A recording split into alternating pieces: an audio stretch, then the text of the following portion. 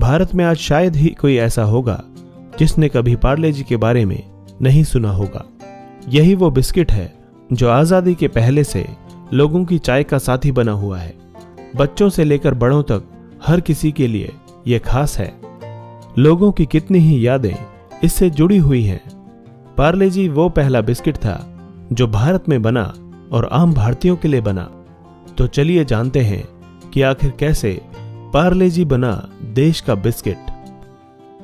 पार्ले जी आज या कल का नहीं बल्कि कई सालों पुराना प्रोडक्ट है।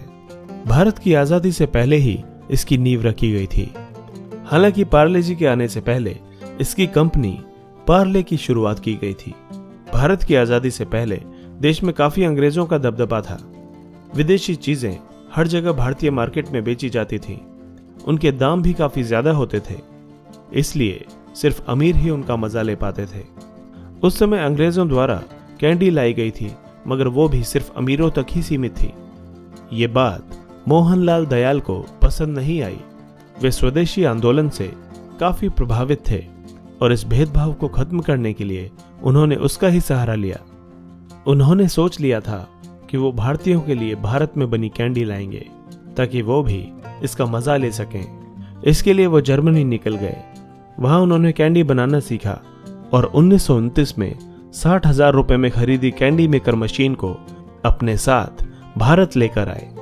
यूं तो मोहनलाल दयाल का अपना खुद का रेशम का व्यापार था, लेकिन फिर भी उन्होंने भारत आकर एक नया व्यापार शुरू किया। उन्होंने मुंबई के पास स्थित इडला पार्ला में एक पुरानी फैक्ट्री खरीदी। कंपनी के पास शुरुआत में सिर्फ 12 कर्मचारी ही थे और ये सब भी मोहनलाल दयाल के परिवार वाले ही थे। उन सब ने मिलकर दिन रात एक किए और पुरानी सी उस फैक्ट्री को एक नया रूप दिया। हर कोई कंपनी को बनाने में इतना व्यस्त हो गया था कि उन्होंने ये भी नहीं सोचा कि आखिर इसका नाम क्या रखा जाए। जब कोई भी नाम समझ नहीं आया तो आखिर में कंपनी का नाम उस जगह के नाम पर रखा गया जहां उसकी शुरुआत हुई थी। कंपनी पार्ला में खोली गई थी, इसीलिए इसका नाम थोड़े बदलाव के साथ पार्ले रखा गया। इसके बाद फैक्ट्री में जो सबसे पहली चीज बनाई गई थी वो थी एक ऑरेंज कैंडी। इतना ही नहीं, ये कैंडी काफी पसंद की गई और थोड़े ही वक्त में पार्ले ने कई और भी कैंडी बनाई। अंग्रेज अपनी चाय के साथ बिस्किट खाया करते थे, मगर यह भी सिर्फ अमीरों तक ही सीमित था। इसीलिए मोहनलाल दयाल ने सोचा कि क्यों ना कैंडी की ही तरह बिस्किट भी भारत में ही बनाए जाएं। इसके बाद 1939 में उन्होंने शुरुआत की पार्ले ग्लूको की।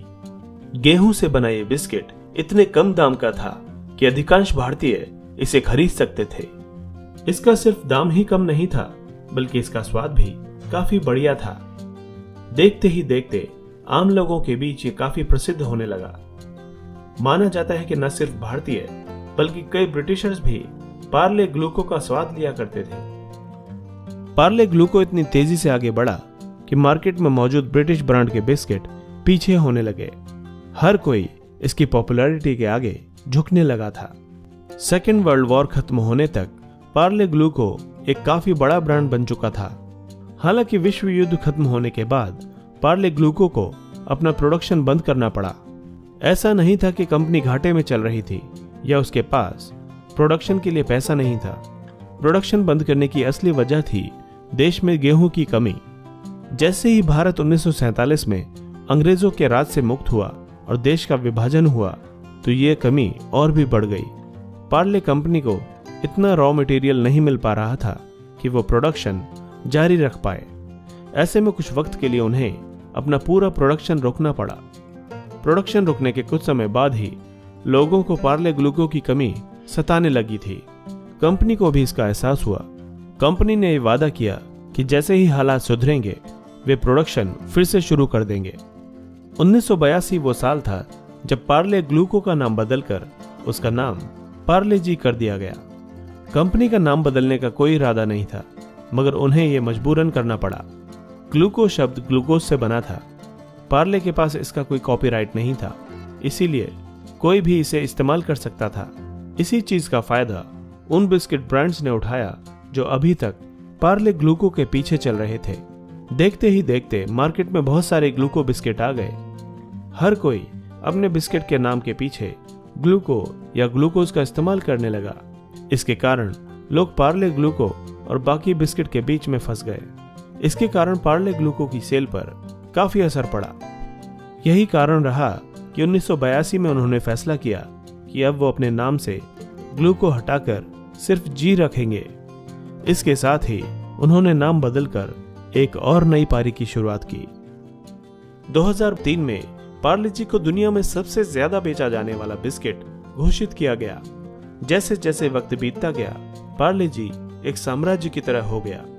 2012 में जब कंपनी ने बताया कि सिर्फ बिस्किट से ही उन्होंने करीब 5000 करोड़ की सेल की है, तो हर कोई हैरान हो गया। पार्ले जी भारत का पहला ऐसा FMCG ब्रांड था जिसने ये आंकड़ा छुआ था।